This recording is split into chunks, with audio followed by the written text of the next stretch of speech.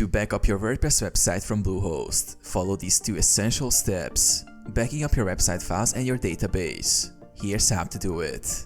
Back up your website files. Access cPanel. Log into your Bluehost account and go to the cPanel. Navigate to File Manager. In cPanel, open the File Manager under the File section. Download files. Locate the public_HTML folder.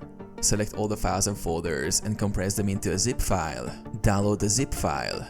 After compressing, right-click the zip file and select Download to store it on your local computer or external storage.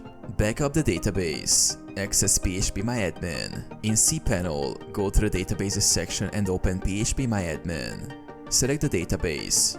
Choose your WordPress database. Export the database. Click the Export tab, select Quick, choose SQL format and click Go to download the database. Store the backup. Save both the website files and database backups in a safe location, such as an external drive or cloud storage, to ensure easy recovery.